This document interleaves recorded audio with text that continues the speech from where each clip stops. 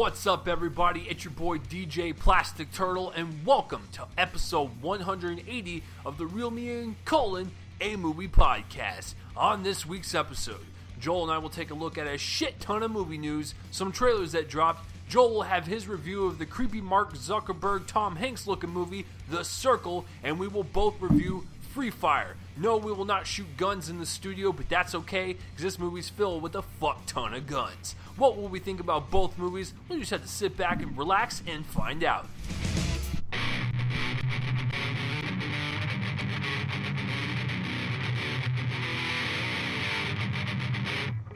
Hello everyone, and welcome to another episode of Real Me and a Movie Podcast, where you didn't really ask for it, but hey, we're going to give it to you anyways.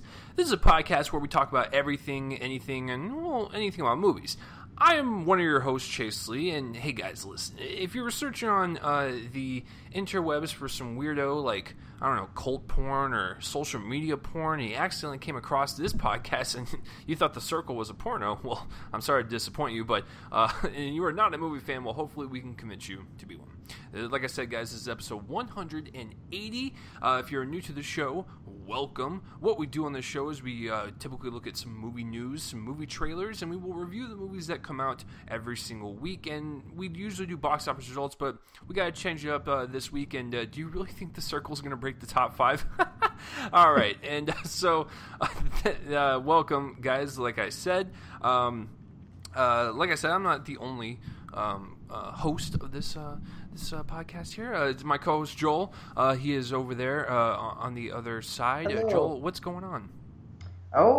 Excited about this episode. We're talking about one of my favorites so far this year. It's not The Circle, but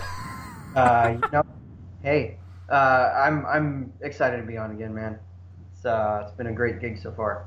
So. Yeah, it's going to be a lot of fun. Yeah, because Joel and I saw Free Fire, what seems like a year ago, and then Joel saw The Circle, and it sounds like he's regretting it. So that is how the show will be structured, guys. We will have our news, trailers. Joel will single-handedly review The Circle, and then we will both review Free Fire, and then we'll just end the episode, because we're recording on a Saturday, and there's no box office. But that's the cool thing, is you guys get it a day early. So there you go. You guys are awesome. So let's begin without any further ado.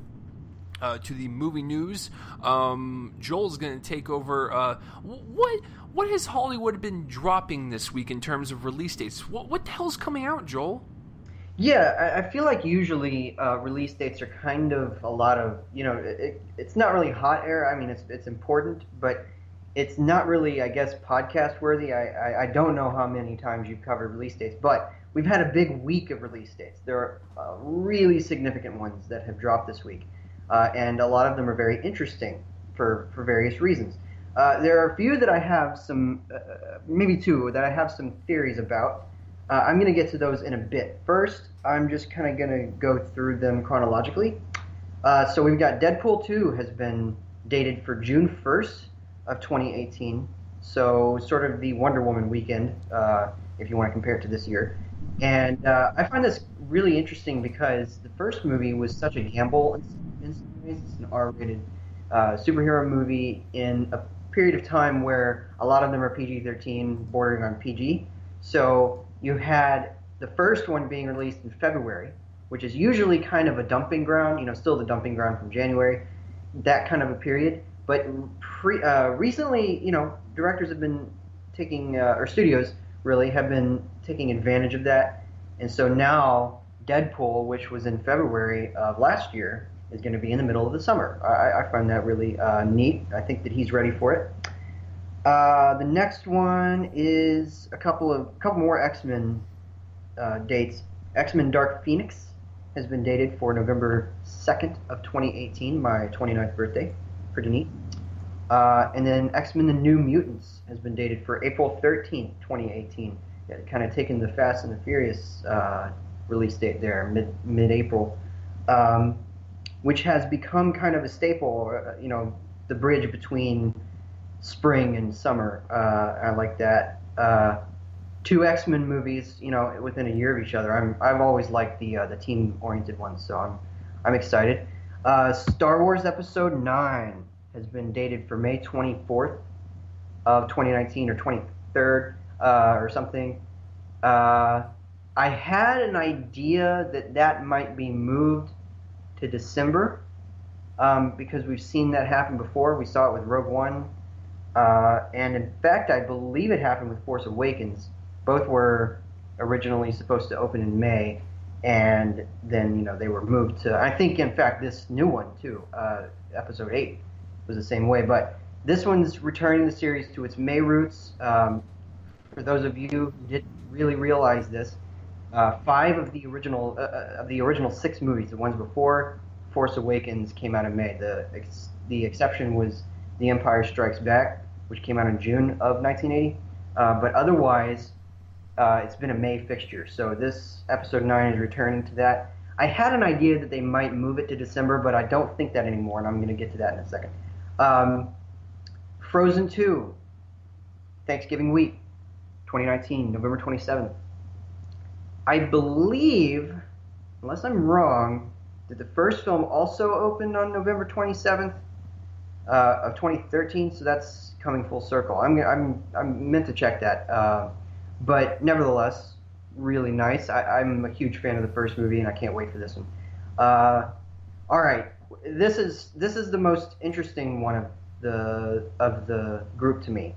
And it seems kind of weird that this is the most interesting one, but it's Masters of the Universe. This has been in the works for a long time, and now it's finally been announced as being, it's coming out. For a while, McGee was attached. Thank goodness that's not the case anymore. But David S. Goyer is attached as writer, and it's also been dated. Now, before I get to what the date is, everybody who follows this stuff will know already, but before I get to that, I just want to say it's always very interesting, at least to me, to find out what the last big blockbuster of a decade is. Because, and this is kind of twice in a row, because it's just interesting to me, how that kind of ties up the decade. And so you got this superhero franchise that's ending the 2010s. It just seems really, really neat because it began with Iron Man 2. That was the first big blockbuster of the decade. Now the last big blockbuster of the decade will be a superhero movie. I like that, and I was a huge fan of the He-Man and the Masters of the Universe TV series. As a kid, that was one of my great delights, was watching that show. It was just so much fun. Completely ludicrous and dumb, but fun. So I'm excited to see what whoever they hire does with this. And the reason that I find the last blockbuster of the decade interesting is because of Avatar. And Avatar came out, that was the last big blockbuster of the 2000s. It was a decade that really kind of put a lot of energy in the second half of the decade onto big blockbusters. They became the big things that people were excited about. People have always been excited about blockbusters, but in the second half of the decade, especially with the rise of Marvel, with more superhero movies than before, it just kind of ended with this original work, big special effects, innovation, all that. And now what we find out is that one of the big first blockbusters of the 2020s will be Avatar 2, and I think that that's an interesting mirror. It's coming out on December 18th of that year, and I'm excited. I like the first one. It's just an interesting date. And then also in 2020, it was moved back a year, is the untitled 5th Indiana Jones film with Harrison Ford returning in the role of course, Indiana Jones' father. At this point, he could be a grandfather. He'll be 78 by the time this comes out. I find this very interesting. July 10th is the release date. That's another series that I'm pretty sure has been a May fixture. Might be wrong about that. I didn't even look into that. But so July 10th is the release date for that. It was pushed back from July 15th.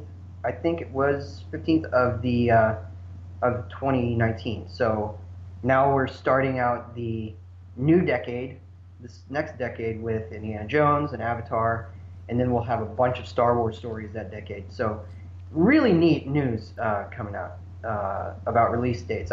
Just all really significant and all at one time, basically, all within the past couple weeks. And so anyway, what is the one that you're most excited for, Chase? Oh man, shit! Because you're right. Like they just kind of threw all this at us in the past couple weeks. You're like, my brain can't even process the amount of greatness that's happening before us. I don't know. I'm kind of excited for like 20th Century Fox kind of stepping up and being like, you know what? We're gonna lay down 3 X-Men films, literally all within a year, and I think that's awesome. Like that just shows confidence. It shows they are ready to kind of take this franchise in a new direction. Possibly bring the kids back from Apocalypse, and integrate Deadpool finally into like these movies and stuff. Finally do the Dark Phoenix story proper. So yeah, I'm really excited for 20th Century Fox kind of just taking the reins, man, and just kind of doing their thing and basically showing the world that we can do 3 movies within a year if we want to. So, no, I think that's really great. To kind of go on your point about Star Wars, I realize that Force Awakens and Rogue One have both come out during the winter and whatnot. This is kind of like their thing now, right? But back in the day when the original trilogy came out, I mean, they all came out within the summer. They all came out within May, and I think they want to kind of put that back in there so they can kind of dominate the summer and dominate the winter. Because eventually we're going to see this, folks. Lucasfilm is going to do 2 films a year. It's going to happen. It doesn't really affect me either way, but like for all those people that are huge Star Wars fans, you're probably going to see one every 6 months instead of once a year. So I think the move to the summer is to do that, is to really kind of test to see how people gauge it in the summer when they've been so used to the winter now. And Star Wars 9 is not going to be the first one. The Han Solo movie is still scheduled for the summer, correct? In 2018? Yeah, so they're going to test it out next year with Han Solo. Then they're going to do Episode 9. I think the new trilogy will probably stay in the summer, and the spin-offs will happen in the winter. So I don't know. I could be wrong, but I think my theory about it moving to the winter was kind of killed. I forgot to mention this, but I think it was kind of killed by Masters of the Universe. Kind of swooped in and took this release date. I know that seems ludicrous. If it was Star Wars, they could do anything. These studios have respect for each other. I don't think that they intentionally try to undercut each other. So I think that Disney is going to kind of respect, if they ever had any thought about possibly moving it, I think it was kind of killed by Masters of the Universe because that came in and took the weekend that would have been Star Wars weekend. December 18th would have been, if they moved it, that would have been the date that Star Wars would have opened. And I don't think that they'll do that now unless they try for like a Christmas or something. But yeah, I mean, you're right. I think that they are intentionally trying to do this, especially considering both of the other proper episodes were moved to December after initial May releases, and I think that they're trying to, this is kind of their last chance to put it in May. So I think that they're really going to try to keep it that way, and I think that Masters of the Universe coming in helped that because now they don't have really this reason to move. They don't want it in any other part of the year. Either it's going to be winter or May.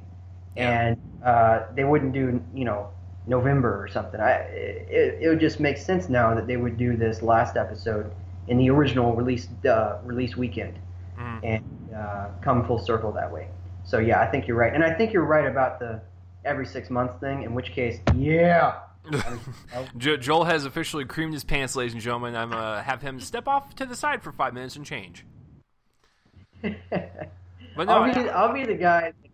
I'll be the guy that like right now everybody's tired of the Marvel guys who are like we have a movie, not you, but we have a movie every 2 or 3 months. Now I'll have a Star Wars movie every 6 months. I'll be happy. So. Exactly, it works out. It caters to the fan base, which I appreciate. But yeah, what's really interesting about this whole list in general is that 20th Century Fox and Disney take over the whole kind of release schedule thing. Besides Masters of the Universe, because that's Universal, but. Going back to Deadpool 2, though, I like the fact that 20th Century Fox was like, you know what? We tested it out in February. It fucking killed. Now we're going to put in the heat of the summer, and it's probably going to kill again. Like, the balls of confidence on that is simply astounding. What's also very interesting is Frozen 2. This movie came out in 2013. Disney, being the studio of pumping the sequels out like they're goddamn on a factory line, I can't believe they actually waited 6 years for this shit. So, and you know, Frozen is one of the highest grossing anime movies of all time. So that kind of blows my mind. They waited this long to do it. It's the note that they're taking their time and care with it. Exactly. Yeah. That's really great. Great. So. Well, I mean, no one's the king of making a movie every 15 to 20 to 100 years than James Cameron.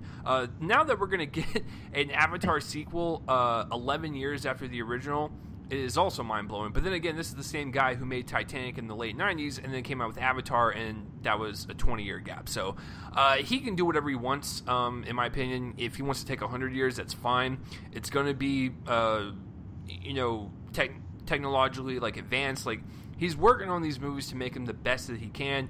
I'm excited for it. I own the extended version of Avatar. I love the long cut. I like it. I like the movie a lot. I don't know why people bash on it a lot. Just calm down, people.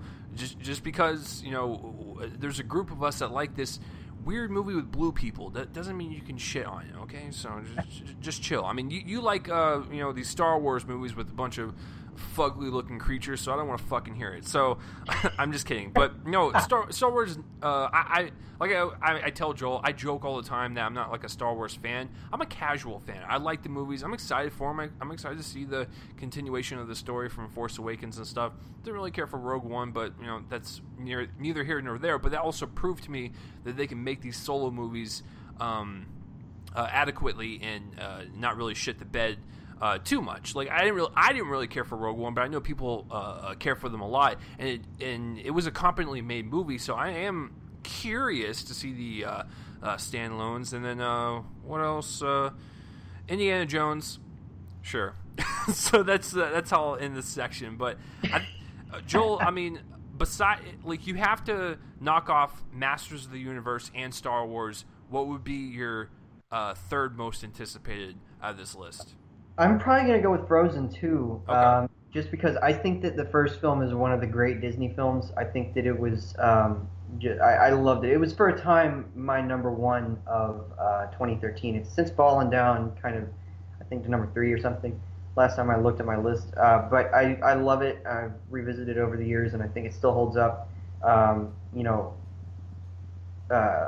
is nice, a nice thing to judge, whatever, but for me it's just, and hype has kind of surrounded the movie since its release, but I think that beyond that, it's just a great character study. It's unusual for an animated movie to study its characters this deeply.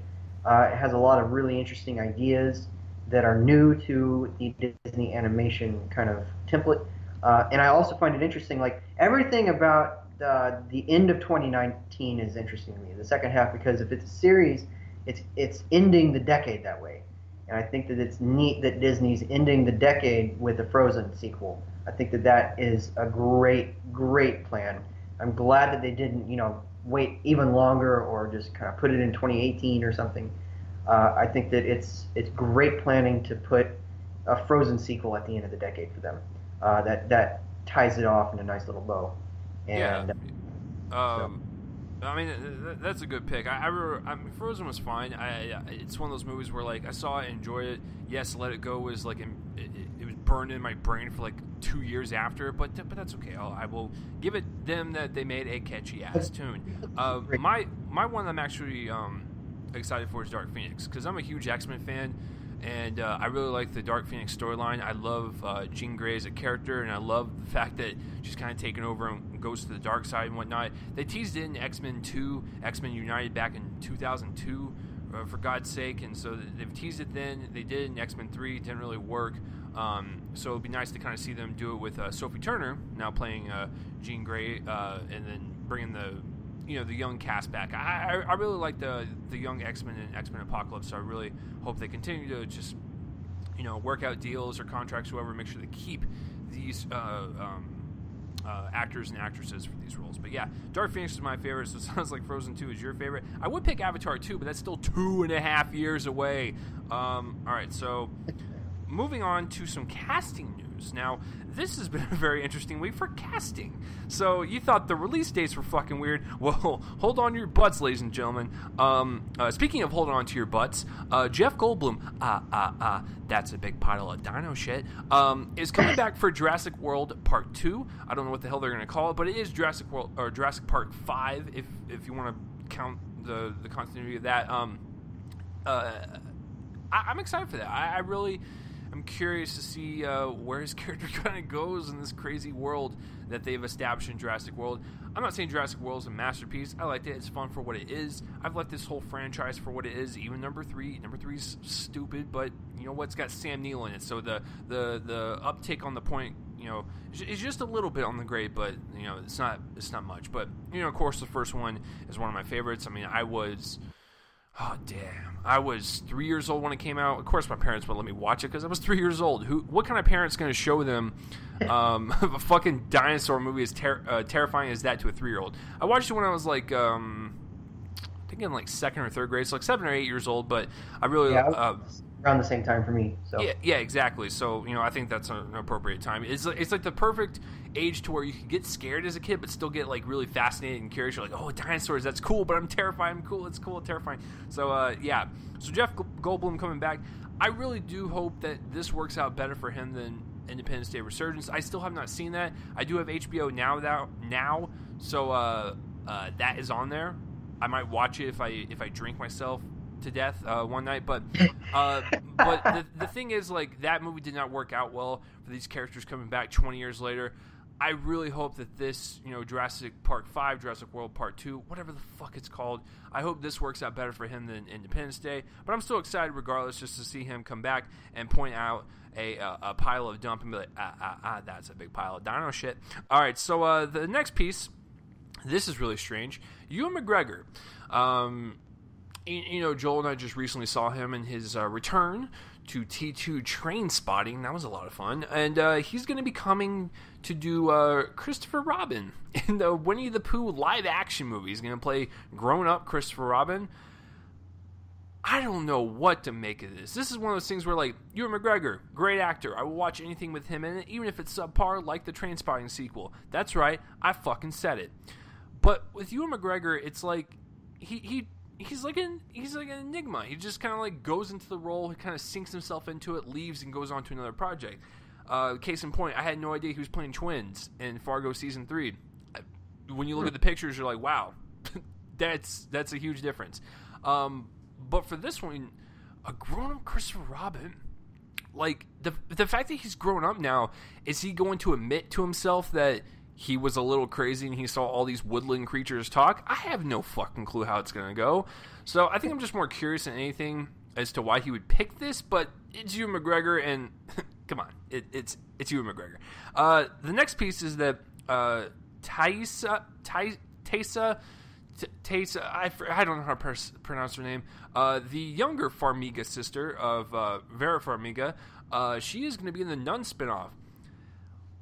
This is brilliant, because if they're going to do this, I'm actually really curious to see if they're going to connect it and have it to where, like, she's related to, like, Elaine Warren in the Conjuring movies or something, because, you know, like I said, Vera Farmiga is her older sister, which for the longest time I thought it was her daughter, because, you know, it's like a 20-year age gap. Got that right, by the way. Yeah, exactly. So, Taysa Farmiga, or however you pronounce her name, I've only seen her in one thing, but I really liked her in the first season of American Horror Story. I liked her interaction with Evan Peters. So I thought she did a really good job on that show, and that was 13 hours worth of content that I saw her in. So that's enough for me to judge her acting ability, to where if she's announced in something, I go, oh, that's a pretty good choice. And I think her being in the Nun spinoff is really funny, just because, like I said, her older sister plays Elaine Warren in the Conjuring franchise. So that is very interesting. I wonder if they're going to connect it. And the last piece of casting news. All right, I want you guys to close your eyes. I want you to close your eyes and I want you to tell me who do you think would voice Pumbaa in the live-action Lion King movie? Like, I want you to just pick every, like, kind of frumpy, kind of big actor in Hollywood, body-wise, not big, fame-wise. Of course, he is big, but I want you to picture it. Can you picture Pumbaa pulling out a joint from his asshole and smoking it as Timon starts singing Hakuna Matata? Well, if you guessed that, then you guessed correctly, because Seth Rogen is playing Pumbaa and Billy Eichner is doing Timon. If you don't know who Billy is, he does that awesome segment, Billy on the Streets, where he just kind of goes around like talking to people and whatnot and kind of bothering them and getting their reactions, right? So there was one segment where he did work with Seth Rogen. Seth Rogen was the cameraman, and he went to random people on the side of the street, and he would say, "Did you know that Seth Rogen died?" And while Seth Rogen's literally behind the camera, like, he'd have like a little hat on or like sunglasses or whatever, so people couldn't really see him, and they'd be like, "Oh, that's terrible." Or there was one person that was like, "Who?" Like, they were like, "Who's Seth Rogen?" And like, he's literally standing right. It's a funny segment. Please look it up on YouTube. But having them going back and forth as Timon and Pumbaa, believe it or not, they're not my first picks. But when you kind of close your eyes and hear them talk, it kind of works. Like, Seth Rogen as Pumbaa, genius.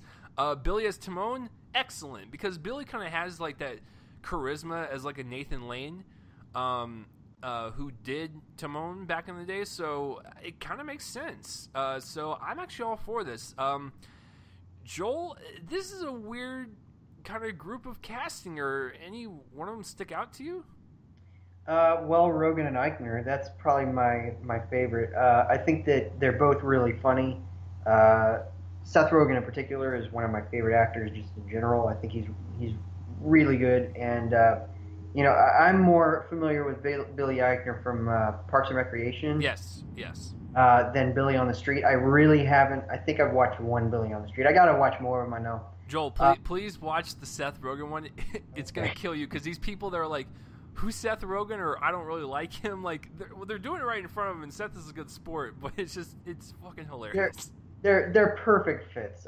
They just have that energy where they can be really sweet in the roles, and of course, I forgot who voiced Pumbaa in Lion King. I'm going to look that up, but yeah, I do not know. Yeah, Nathan Lane was terrific, of course, and I think that these could be really terrific. These are really terrific picks, and I'm a huge fan. Ernie Sabella, I don't know who that is, was the original voice. Okay, and then Jeff Goldblum. I'm excited for him to return to the character, if that's what he's doing. I'm assuming it is. I really do hope it works out better than Independence Day, because that was awful. And he looked to be in physical pain during the whole. He gets the one good line, and it's given away in one of the trailers. It's about landmarks. Anyway, boy, just avoid that movie. You don't need to watch it on HBO now. Drinking yourself to death might be more enjoyable. Okay. Oh damn, dude! Joel just like, he bent over Independence Day Resurgence, pulled their pants down, and just like kept slapping their ass with a wooden paddle like that. That's just beautiful. For Taissa Farmiga, I think it would be interesting if, they've already apparently gone, according to these inane legal things, they've already gone really like against the quote unquote what really happened. So they might as well just make her Lorraine Warren's much younger sister. Yeah, right. Listen, if they're going to cast, I believe though that if my memory serves correctly, there's a history involved between Lorraine and the nun. Ooh, interesting. Might be wrong about that, but anyway, and so this might be something that takes place in the past, and so you have the younger Farmiga playing the younger Farmiga, in which case that makes sense. And then Ewan McGregor as Christopher Robin. My theory here is that possibly the movie has a present storyline where it's a grown-up Christopher Robin. Maybe we follow him for part of that. and then he has a lot of reminiscences. Maybe for instance, they are real, and perhaps this is just my theory. I'm not giving away any spoilers. This is just me. Perhaps they are real. Perhaps Winnie the Pooh has died, and perhaps Christopher Robin goes back home, and perhaps there's a lot of like flashbacks or something to his younger days, and so we might get like some news about they cast Tom Holland as young Christopher Robin, which would work perfectly. I just pulled that out of my head because he looks like him. But yeah, I mean, I think that's what this movie is probably going to be about. I think, isn't this the one? I think this is the one that Alex Ross Perry wrote, or I think so. Wrote an original draft, and then they got Tom McCarthy, and then now I think the screenwriter from Hidden Figures is in it. Pretty eclectic mix there.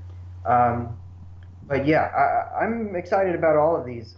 I'm maybe less enthusiastic about The Nun, just because I've seen the other spin-off of that series, and that was not very good at all. But interesting casting, though. I do like that. And then the others, I'm excited for all those movies. So interesting casting this week. A weird little selection. Now, what somebody needs to do is take all of these people and put them in one movie, and that would be the most eclectic cast for a movie ever. I think Jeff Goldblum and Seth Rogen in a movie just might make me just cry tears of joy. But speaking of crying, Joel, you son of a bitch. The way Joel is describing the Winnie the Pooh movie is already making me tear up. The fact that like Christopher Robin is like, he's older and he has to like let go of his, or like Pooh has died or something like that, and he has to go back and like reminisce on his childhood. Like, that's some deep shit, man. Like that, just fucking no. You stop that. No, if that's the route they're gonna go, like that, it's already gonna make me cry just watching the trailer. But yeah, that's a good. Tom Holland is a great pick for young Christopher Robin. You're right, because he kind of does look like him. He's kind of like that kind of tall, lanky type of dude. So yeah, I'm sure. Fucking good. Hey, Disney, yeah. If you're listening to this, if someone has set you in a warehouse somewhere with a gun to your head saying, do you want to die or listen to Real Me and Coleman Movie Podcast, and you made it this far into the podcast because you chose this over death because you love that sweet-ass money, you need to get Tom Holland as young Christopher Robin. There you go. Please pay Joel and I at this address down below. All right, so that is it for the casting news, and we have two more pieces of big news, which I really like both of them, actually. I will start this one off, and Joel can do the other story. I never saw World War Z. Never had any interest in it. You know, all the stories behind the scenes of, you know, just the script troubles. They have to reshoot the whole entire third act, and it was completely different than the original script. It was a fucking train wreck.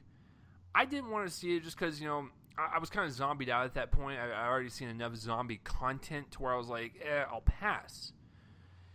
For a PG-13 zombie film, people said it was not bad. They said it was enjoyable. And I was like, okay, I'll catch it maybe in 50 years. I have no desire to see it. That's all going to change.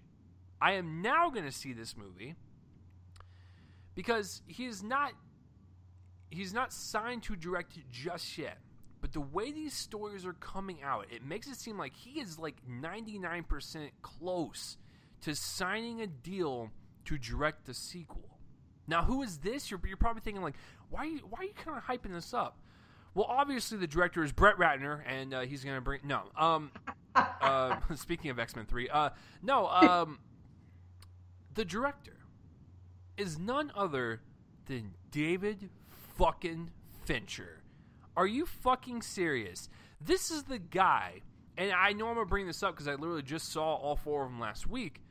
This was the guy that pretty much denounced Alien 3. He said that he did not want to work for a studio like that ever again. Now, from Alien 3 up until now, he has done his own films for the most part. Yes, he's worked with studios and whatnot, but since he is David Fincher and he's got some amazing clout over him, most studios consider Fincher like on a Spielberg level where they're like, okay, we'll let you have a lot more leeway than like a first-time director. They are just that good. And David Fincher is one of the best. I love all of his filmography. That's right, I said all of it. That's right, including Benjamin Button. I love that movie. But with David Fincher possibly signing on to do a sequel to a studio film, I don't know what the hell Brad Pitt put in his drink. I don't know what the hell Brad Pitt persuade him to do. I have no idea how many times that Brad Pitt tried to get him in bed to convince him. But apparently whatever Brad Pitt said is getting David Fincher this close to signing on to do the sequel. If this goes through, oh my fucking God, I'm going to rent World War Z as fast as I can. I am going to watch the first one and then imagine how David Fincher is going to take over that world, because that would be so fascinating. He's going to try to not make it like a studio film. Because if this goes through, I can tell you guys this right now, Brad Pitt is the producer on the film, which means he is the head honcho over the whole project. The only person above him is the studio, which I believe, Joel, is it Universal or 20th Century Fox? I can't remember. Do you remember? Question, I think it might be Fox. We'll go with Fox for now. But anyways, Brad Pitt is the second in command on this project, which means if he signs David Fincher, he's going to allow David Fincher to make his version of this movie, which is exciting because he can make a very thoughtful, art house zombie film, which I never even fucking imagined would come out of my mouth involving David Fincher. So if he signs on to this, I'm excited for it. I'm excited to kind of see him take a zombie film and make something unique, make something kind of thought-provoking, kind of like what George A. Romero did with Dawn of the Dead.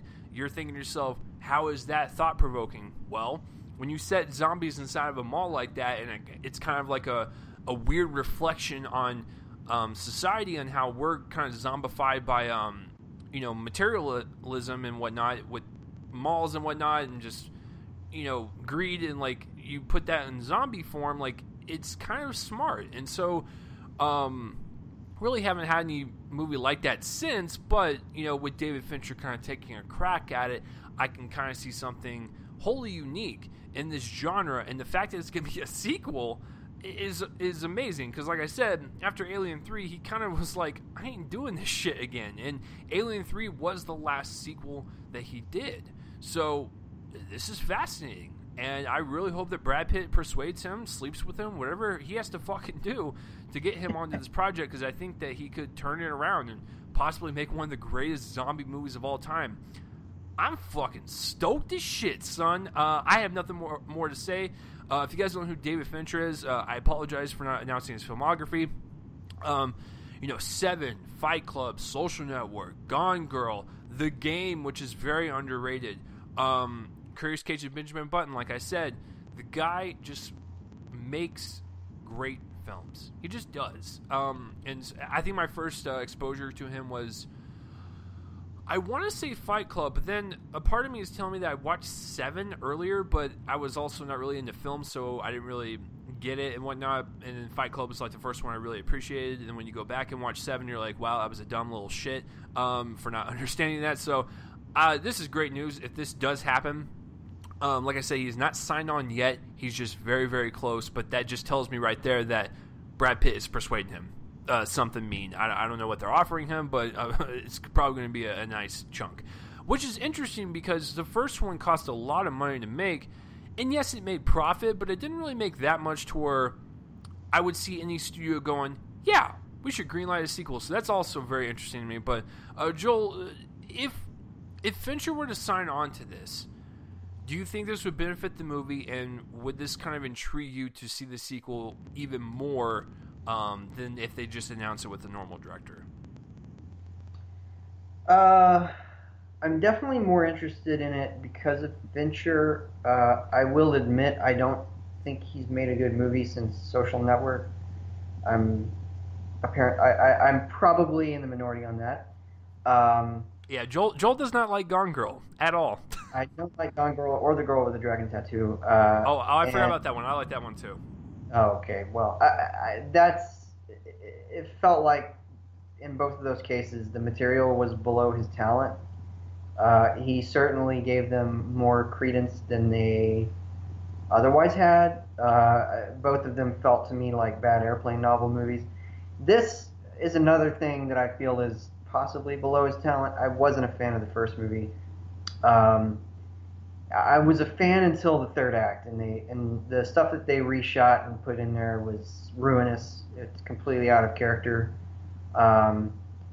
And it's interesting because it did start out as a thoughtful zombie movie, and then it kind of ruined itself. It's going to be interesting because, as you said, I mean, he swore off studio sequel making. So now that he's signed on to this, what have they got in store for us? Is it going to be rated R? I mean, I don't know. I'm sort of two minds. One, I want him to work on projects that are worthy of his talent. Two, this doesn't feel like, on the surface at least, or on paper, that it is. It's interesting. I mean, I'm always up for the guy's work. I'm always excited to see it. I just have been let down twice in a row by stuff that it felt like he was just too good for the material. And here now we have a sequel to a movie that was ruined by the studio. It's just interesting. It's certainly an interesting bit of news. I'm cautiously optimistic, mostly because of David Fincher's existence in the project. But the material itself seems a little below him, I think, unfortunately. But he's going to reunite with Brad Pitt, and that's a good thing. I love Benjamin Button. That was my number 2 of 2008. So I'm a huge fan of that. Fight Club's one of my favorite movies ever. Seven is great. All right, now Joel, I have to ask you because I know someone brought this up to me, and it was really hard to pick. But if someone put a gun to your head and said you had to only pick one David Fincher movie to last the test of time while the others are erased from history, which one are you going with? Fight Club. Really? I'm going to go with Social Network. I really adore that film quite a bit. I think that for me, I've seen all of his movies as of this year. Thanks to you, I also saw Zodiac, which was a great piece of work. For me, man, the three I don't like are Alien 3, although I don't blame him for that. That's a storytelling and studio tampering thing. I don't think it works. Although I actually haven't seen his cut of it. And that's the thing. People have to realize that's not his cut. It's an assembly cut, yeah, probably made by a bunch of editors that they hired to try to scrap something together. I'm sure that his cut is a lot more interesting. For me, I have to watch both. Unfortunately, I would need to. They're apparently just so different. I would need to judge them very differently, and I think that as is, the movie that I've seen isn't very good. And then, of course, I don't like Gone Girl or The Girl with the Dragon Tattoo. But all the others I pretty much loved. Shockingly, let's see. So there's Seven, Fight Club, Panic Room, Zodiac, Benjamin Button, Social Network. So I'm not forgetting one, am I? No, I'm not. So yeah, Fight Club's my favorite. I pretty much love all the other. Well, The Game is probably a close second, and then I think I love all the other ones pretty equally. Weirdly enough, I think that Social Network would be farther down my list, just relatively speaking, because of his other work. But anyway, I think it's interesting. It's an interesting piece of news. Well, so, I mean, I think what it boils down to is that Fincher's always willing to try something different. Like, I love the fact that, Fight Club is based on a book. I love the fact that Seven is this really intense, dark thriller. I love the fact that Social Network's very heavily, Aaron Sorkin dialogue with, about Facebook. I love the fact that Girl with Dragon Tattoo is, based on a Swedish film. I love that Gone Girl is pretty much like a glorified Lifetime movie that's really well done.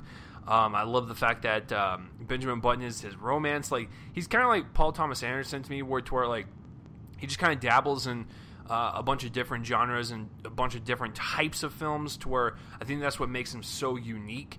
And even Alien 3 is, as much people hate it and whatnot, it is, a sci-fi film, and, that is something he has dabbled in now. So, it's kind of cool. It's kind of cool that Fincher's willing to kind of go outside a little bit and try to go back to the studio film and really kind of do that. And like I said, with Brad Pitt producing, I think it does make a difference, because if it was any other producer, he'd say fuck off and he'd go off to his next project. But Brad Pitt and him have worked 3 times before, so he's got a good relationship with him. So if Brad Pitt goes to him and says, David, I have this movie that I think you would really kind of benefit from and really kind of bring the vision to light for, he's going to listen to him at least. So whatever he's told him, it's working. So good for him.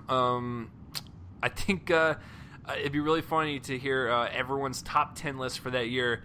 World War Z2 is on there. So, but that's cool. So, so that's the first big piece of news. Joel, what's happening over there with the Hell or High Water crew? Yeah, speaking of directors and actors kind of reuniting, we've got the Hell or High Water team, David Mackenzie, Chris Pine, and more rumored than the other two, Ben Foster, coming together for Outlaw King. I don't know much about this project, but I know it's about Robert the Bruce, who was a character who showed up in Braveheart. He's a historical figure, and that's who Chris Pine is playing. And this is really exciting. It's a medieval movie from the director who previously did a very much modern Texas movie. So, dabbling in different territory here. And he's actually David Mackenzie's kind of very low key as a director. He's not a household name. He's well regarded in the indie world, but very much in the indie world. But he's very prolific in terms of the stuff that he does. There was a movie that he did, I believe it was, something called Spread, I think it was called. And then he did Startup, which was the prison movie with Jack O'Connell. That was the year that he broke out, kind of, 2014. And then he followed up Startup with Hell or High Water, which was one of my favorites of last year. Barely missed my top 10. And let's see, what else has he done? It's really interesting to see him kind of switch all of these, switch between various milieus like this. I'm looking through his filmography. Oh yeah, that's what I was thinking of. I haven't seen it, but there was a movie called Perfect Sense, which was a movie with Ewan McGregor and Ava Green about a disease or something that's spreading through a town. I'm not sure. And Spread had Ashton Kutcher in it, I think. Was that Ashton Kutcher? Yeah, it was Ashton Kutcher and Heche. Yeah. He did that. He's worked with Ewan McGregor several times. He also did that NC-17 movie from 2004 called Young Adam with Tilda Swinton. Anyway, the guy's pretty prolific, and now he's doing this medieval set movie with Chris Pine and possibly Ben Foster. I'm stoked. I really like this guy's style after the 2 movies I've seen from him, and he works well with actors. He gets really great performances from them. I mean, just Jeff Bridges, it's just awesome in Hell or High Water. I love this guy. I think he's one of the rising talents right now. And so it's interesting it's going to be interesting to see where this project heads. When it comes out, all that, described as an epic period drama. So I love that. And I'm hoping that it is epic. I really want somebody else to do a super long period drama. That would be awesome. I love those. And so I'm very excited. Yeah, it's one of those things where, and it's going to be Netflix. It's going to be Netflix. I forgot to mention that. It's going to be for Netflix, so that's also cool because they've got a bunch of great content. So yeah, you pointed out that he's really well known in the indie world, which he is if you look at his filmography. But since Hell or High Water was nominated for Best Picture, it does kind of put him up on a little bit bigger level now than Indy, which is great because the man's been working for years, so he's finally getting his due. And I think with doing that and then now doing a Netflix film, really kind of catering to that audience, that's really good for his career. So when I watched Hell or High Water, I was like, damn, that was a good movie. But I also said to myself, that was my favorite Chris Pine performance, and he got it out of him. So I'm hoping, with him working with him again, we can get another great performance. Because I'm not saying Chris Pine's a bad actor. He's been very mediocre to me. Even when he's played Captain Kirk, I like him in the Star Trek movies. I think he's enjoyable. But he's never really struck me as that one actor where I went, wow, I could potentially see an Oscar on his shelf one day. Hell or High Water was the first kind of representation of that. He wasn't like the best part in the movie, but that it showed me that, okay, he is an actor and he can actually try when he gets under the right director. So the fact that he's going to re-team up with Hell or High Water director again, and it's going to be medieval, it's going to be really great to see him go from a Western to now this type of film. And you're right, the Ben Foster thing is a rumor. But if this gets any hype behind it, I really hope Netflix calls out to his agent or whatever and be like, yo, get this team back, please. Because Ben Foster was my favorite out of the two in that movie, but Ben Foster was already a fantastic actor above Chris Pine, so I already had that bias going in. But they worked off well with each other, and I think them re-teaming with David Mackenzie could turn out to be very good. So I'm looking forward to this so much. I really hope, like I said, they call out to Ben Foster and see if they can schedule him in, because I think that'd be totally worth it. So that is it for the news, guys. And what was your favorite piece of news? Please let us know. Comment in that place on my face and let me know. And I forgot to bring this up at the top of the show, but I figure it'd be the appropriate time to break it in between the news and the trailers. Jonathan Demme has passed away this week. If you guys don't know who he is the iconic director behind Silence of the Lambs, which did win the Covenant 5 that year, right, Joel? It was picture, writer, director, actress, and supporting. So, so it won the Big Five that year in 1990. It was, I think, the first horror film, kind of thriller horror film to do it, and it kind of really set the precedent for these types of films to actually be qualified as and it was a February release too. Yeah, exactly. So like it had a lot of stuff working against it, but since it was so well done, it ended up winning a lot of Oscars. But that's his most iconic work.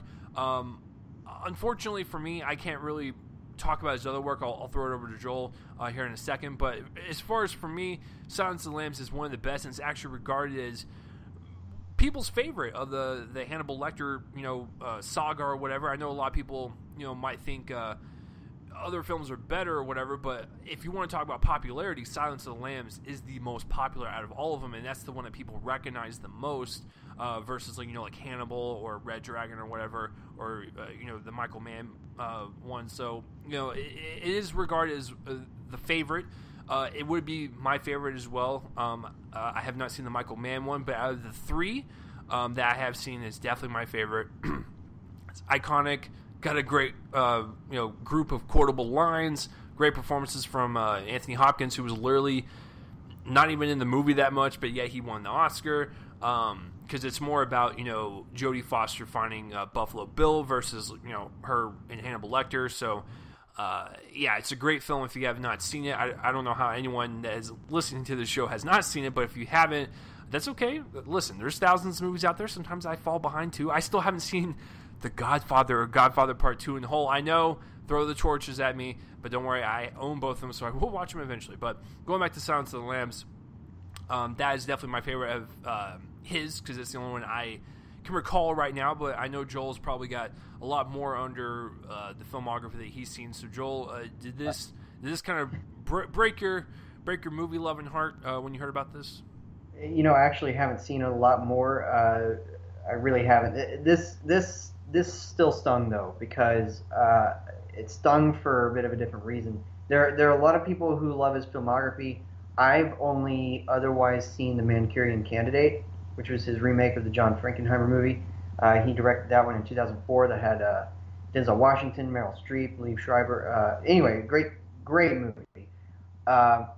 I need to dig into this guy's filmography more. Particularly, I own one and I haven't watched it. Something Wild, which is on Criterion. It's got Jeff Daniels and Ray Liotta. I really got to watch that. I've got to watch Stop Making Sense, which is his documentary about the Talking Heads. I got to watch Rachel Getting Married, the relationship drama with, or not relationship, family drama with Anne Hathaway. I feel bad. I've only seen 2 of his movies. Silence of the Lambs is a masterpiece. I think that it, much respect to Demme, I don't think it quite deserved that Best Picture award that year, but it is a really, it's a really interesting win, especially considering everything that went against it. I mean, it came out almost a year before, or maybe even a full year before the Oscars happened, and that's the last time I think that the Academy had a long memory. But yeah, I mean, it's really interesting. So, I love both of the guy's movies that I've seen. He's left a huge mark in filmmaking.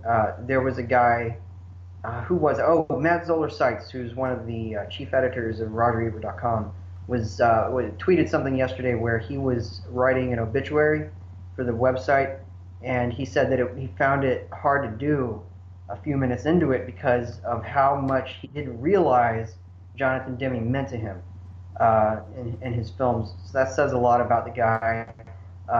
Another one that I need to see is Philadelphia, which was his age drama with Tom Hanks and Denzel Washington. Oh, I know. Like, as you just brought it up, like, I'm kind of disgusted with myself that I never have seen the first Academy Award win from Tom Hanks. Like, it kind of pisses me off that I haven't seen it yet.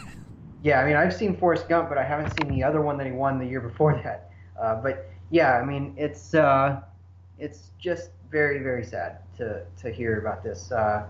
And Martin Scorsese, I don't know if anybody's read this, but Martin Scorsese's ode to him, or his eulogy on his Facebook page, was really beautiful.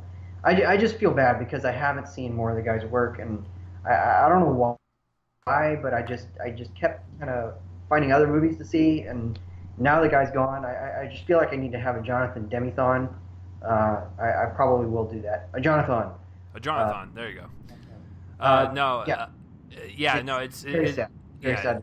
It's very sad indeed, but our thoughts go out to his friends and family, and hopefully we can just remember that he made a bunch of great films, and we can just live with him still in our presence by watching his older films. Like Joel said, we gotta get on that shit because apparently we're super behind and dumb. One that I saw, I honestly, like, it's his last movie, and I forgot.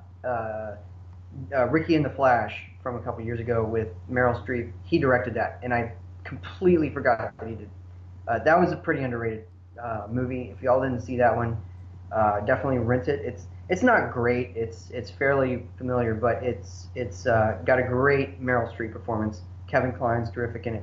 Anyway, I feel bad for forgetting that he directed that, but it wasn't one of his more household name movies. So I hasn't been given that chance yet. But it is good. So I've seen 3 of his.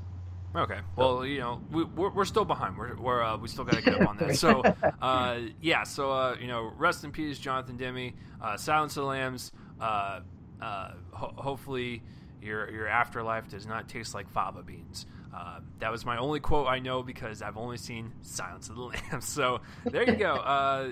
So that's it for the news and Jonathan Demme section. So let's jump into the trailers, guys. There was a few of them that dropped. I will let Joel go first on this one. It's been a very interesting week for trailers as well, isn't it right, Joel?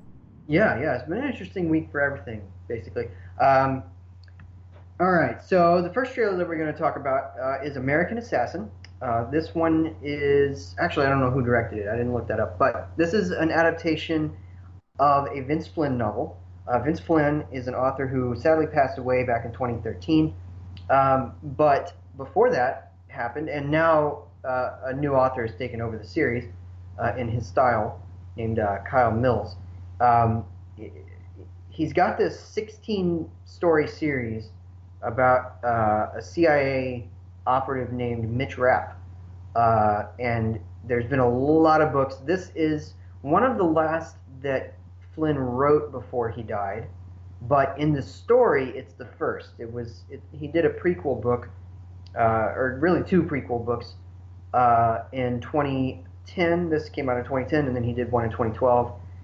Those were sort of the first two stories of Mitch Raff's life, how he got involved in CIA. This one stars Dylan O'Brien, who is recognizable to people as the Maze Runner star, and Michael Keaton as not his handler, but his handler is played by Sanaa Lathan, but Michael Keaton plays another agent. Anyway, it just looks like a really stylish Jason Bourne type thing, and it's very comparable to that, considering Jason Bourne was also based on a book series. And it just looks really neat. I'm really excited for this. My dad's mostly excited because he loved Vince Flynn. Vince Flynn, he owns all of his books. So I have some knowledge. I haven't read any of them. I plan to read American Assassin before this comes out, just because Dad's been telling me to read Vince Flynn for a while. Apparently he's got a very a neat style. My dad has written a couple books in this area, and he was directly influenced by Vince Flynn. So he writes very much like Vince Flynn, or as he would say, he tries to. But anyway, this looks really stylish and interesting. I'm excited to see it. Chase, we didn't talk about this. We have stopped kind of talking about stuff where we have opinions about it to surprise us on the show. But I do not know what you think about this trailer. What did you think about this trailer?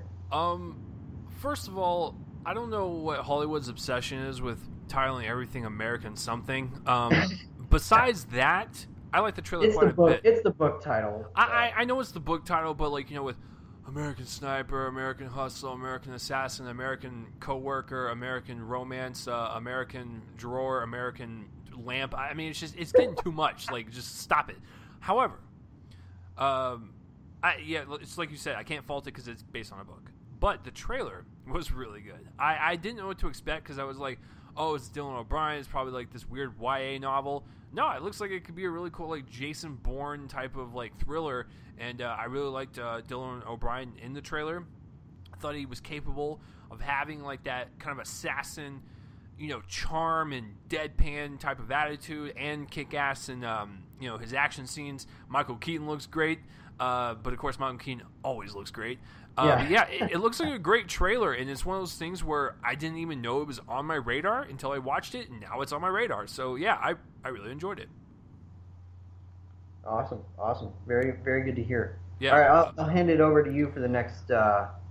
And by the way, I love Michael Keaton as well. I'm glad he's taken this kind of role. It's perfect for him. But I'll hand it over to you for the next trailer. Yeah. And just to point out on the Michael Keaton thing, regardless of what you think of Birdman, just know that movie has launched a new Michael Keaton renaissance or whatever. So just know that is a thing now, which is great. So yes, the next trailer, speaking of action, Kingsman: The Golden Circle. Oh yes, so this is the sequel to the 2015 film, which came out the same weekend as 50 Shades of Grey. What a great weekend indeed. Where Taron Egerton. How do you pronounce it? I think it's Egerton. Egerton. Okay, so Taron Egerton, he played in the original film. He was a troubled youth, if you will, and he kind of gets wrapped up into this kind of secret spy organization run by Colin Firth, and they got to take down the villain known as Samuel L. Jackson with a lisp. So the sequel, it's got Taron Egerton coming back with Mark Strong, who is kind of his assistant, and it's got Channing Tatum, Halle Berry, Julianne Moore, Jeff Bridges. Holy fuck, they grabbed everyone. I don't really know what the movie's about. This is more of kind of a teaser trailer to kind of show a bunch of cool images and just to kind of show people, hey, this movie's back. I like the trailer. It's a nice teaser. Like I said, I want to know more of the story, but that's not going to really happen until the next trailers, because this movie doesn't come out for a while, so it's more of this is just an announcement kind of going, oh, hey, this movie's coming out. I like the imagery. I love Matthew Vaughn's kind of hyper-stylized action for this type of franchise. He's really good at bringing these Mark Millar graphic novels and comic books to life, because he also did the Kick-Ass movie. He also did X-Men First Class. Matthew Vaughn's got a unique style to where, like, when you watch a movie, you know it's him. You know that he's really good at doing slow-mo in parts. You know he's good at doing, like I said, the hyper-stylized violence and the action, the witty humor, the raunchy humor. It just all works well for this Kingsman franchise. It's like a love letter to the James Bond movies, but while still taking it, like, over the top. It's amazing. I love just the aesthetic of the film, and the sequel looks like a lot of fun. Channing Tatum in a cowboy costume, Jeff Bridges mumbling and doing his R.I.P.D. Accent, and then Halle Berry looking like a secretary. I mean, I'm all on board. I mean, come on now.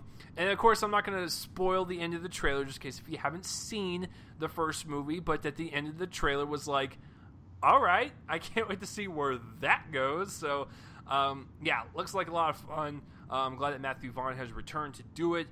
Matthew Vaughn is definitely one of my favorite kind of like exciting directors to kind of just watch, where if he's coming out with a new film, I just get excited. I'm just like, yeah, it's going to be a lot of fun. So this looks like a lot of fun. Can't wait to see the next trailer to kind of explain a little bit more of the story. But as far as visual aesthetic and overall tone and atmosphere, this trailer nailed it. Joel, what say you? Well, I guess first up, I wasn't a fan of the first movie. Well, we tried, ladies and gentlemen. Joel will not be back on. Congratulations. I think that this one looks like a lot of fun. However, and I'm not surprised because they didn't include him in the trailer, but there is another cast member here that's very interesting to me. Do you know who he is? No, I do not. Okay. Guys, Elton John is in this movie. Oh, yeah, I forgot about that. They've hidden him. What I'm hearing, no, this is just a rumor. This is not a spoiler because I have no idea about anything about this movie. But a friend of mine saw a rough cut, saw it at a test screening, and I don't know if he was joking. I'm pretty sure he was joking because he's not a guy who reveals stuff, especially under NDA. But he revealed that he saw it, and then I think he was joking during a conversation. However, maybe it's true. Maybe he's trolling us. I'm not sure. I'm hearing that possibly Elton John plays Colin Firth's father, which is very interesting. So anyway, but yeah, they hid him from this trailer, so that makes me wonder if he's not Colin Firth's father, maybe he's the villain. That would be very interesting casting. But yeah, I think it looks like a lot of fun. I'm a little cautious though because I thought the first one looked like a lot of fun, and I just the first one was caught between being a silly comedy and being a pointed satire. I didn't think it really particularly worked as either of them. The action was fine, I guess. I have a big problem with the church scene, but nevertheless, it was okay. I do like Matthew Vaughn. I think I've liked everything else I've seen from him. So this was the odd man out. I also feel like I probably should watch it again. So I'm going to do that before this new one. But like I said, this looks fun. It was a really enticing teaser. A lot of great little action beats, great cast. It'll be interesting to see how it plays out. And I think that another trailer is probably going to drop in front of The Hitman's Bodyguard. What would you say to that? Do you think that's likely? Yeah, I'd probably say it. I mean, it's the same kind of style of film, so that would make sense to me business-wise. So yeah, and it's August. It's kind of halfway between now and when it releases. So I think that's probably going to happen. But yeah, and it's an October release, which is interesting. So I'm again cautiously optimistic. Well, fine, Joel. Just thanks for deflating my boner over here. So go ahead and carry on to the next one. For Jesus. Okay. So our next one is The Exception, which is the new film or one of the new films from A24. This is another of their partnerships, whatever, with DirecTV. So this is probably not going to open in a lot of theaters, but it'll be available on VOD fairly shortly after that.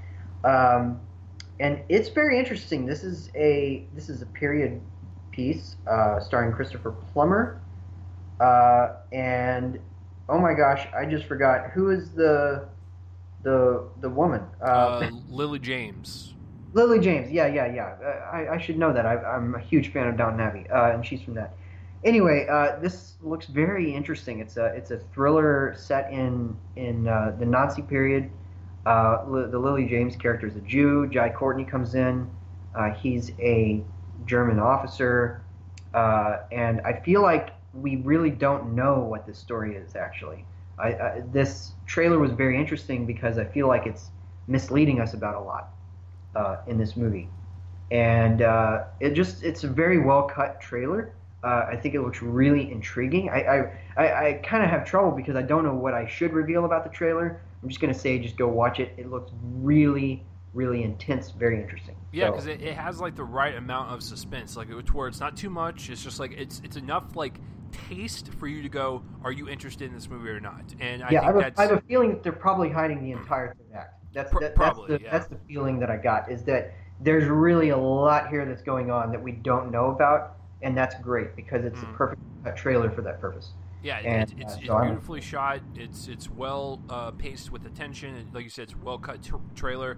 And you know what? I give Jai Courtney a lot of shit all the time just because most of the stuff he does is not good, but he does look decent in this. And, you know, when you see the movie, you might change your mind. This might be the one where you go, oh, this is what people see in Jai Courtney. Until now, Jai Courtney to me is just, like that dude that Hollywood's like shoving down our throats going, yeah, you should like this guy. Nah, fam. Nah. I'm not about that life. Like, you need to calm down and let me watch it and judge for myself. But yeah, The Exception looks pretty good. It looks like it kind of had the same feel as like the Beguiled trailer. Yes. When I watched that, it was like, it starts out like it's a period piece, it's nice, it's fluffy, and it dives into like this weird dark kind of corner. And you're like, oh, this is great. I kind of like it. So The Exception looks really great, and if it's A24 and DirecTV, Joel and I will probably receive a screener link because my experience in the past with A24 and their partnership with DirecTV is that they'll send out a screener like 2 days before it comes out, and they'll be like, review it, and I'll be like, okay. So that's probably what will happen. But yeah, great looking trailer.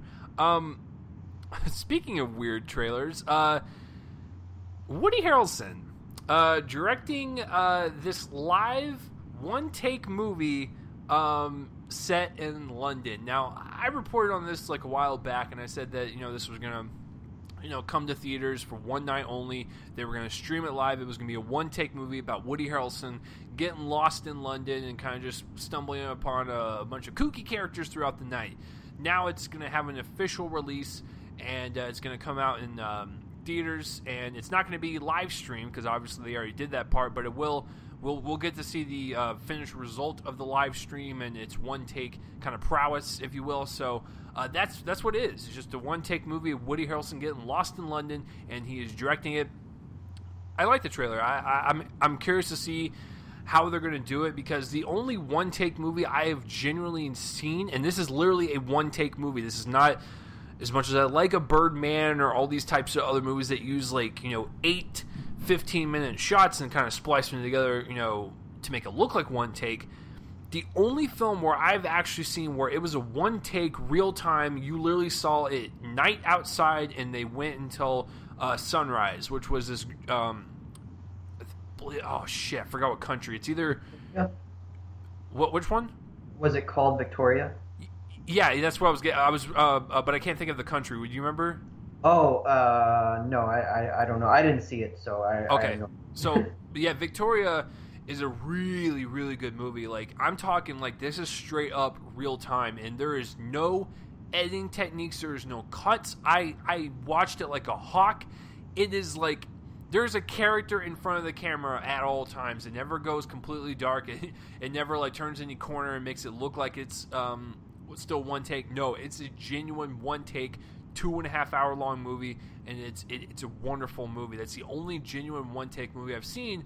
So when I watch this trailer, this looks like another genuine one take, because guess what, folks? If they live streamed this movie, you can't hide it in editing techniques. So it has to be a one shot, and I'm excited to see it. I'm excited to see just kind of this off the beaten path type of Woody Harrelson movie, which kind of fits him because he does offbeat stuff periodically. It just looks like a nice little movie that he wanted to make with him and Owen Wilson. And hey, if they do it all in one take, I'm curious to see how their acting goes and how their line delivery is, and see if it feels authentic and whatnot. So I don't know. It looks like it could be a kooky, fun time in the theaters, and I'm always a sucker for one take movies. So, Joel, did you like this trailer? And do you think the experience would have been more enhanced if you were actually there when they live streamed it versus now going to see it after the live stream?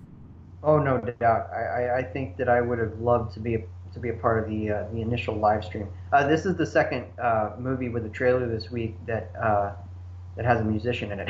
Yeah. Well, Elton John and Kingsman and Willie Nelson's in this. Yes. Just really interesting. I have to wonder how that happened, but I'm of two minds about this. It looks interesting, but it also kind of looks like the ultimate vanity project to me, which is weird. That can go either way. That's sort of part of what Birdman was about, though. So I like that. It'll be interesting to see how this turns out. I would have loved to have been that initial live stream, though. I heard about it when it happened, and it seemed like such a weird thing because I was wondering, wait, but so nobody's ever going to see it? Yeah, but exactly. I was like, you're the 100 or 200 people that are going to see are the only people that are ever going to see this movie. But I guess it was received so well to where they want to take a chance and kind of release it, in like these smaller theaters like an Angelica or a Magnolia, and let the indie audience enjoy it for a little bit. So I don't know. It could be fun. So yeah, that's it for that trailer. There's really nothing more to talk about. It's literally a one-take movie about him getting lost and getting drunk. So Joel, would you like to introduce our last trailer that you and I will disagree on? Yeah, so this is called The Little Hours.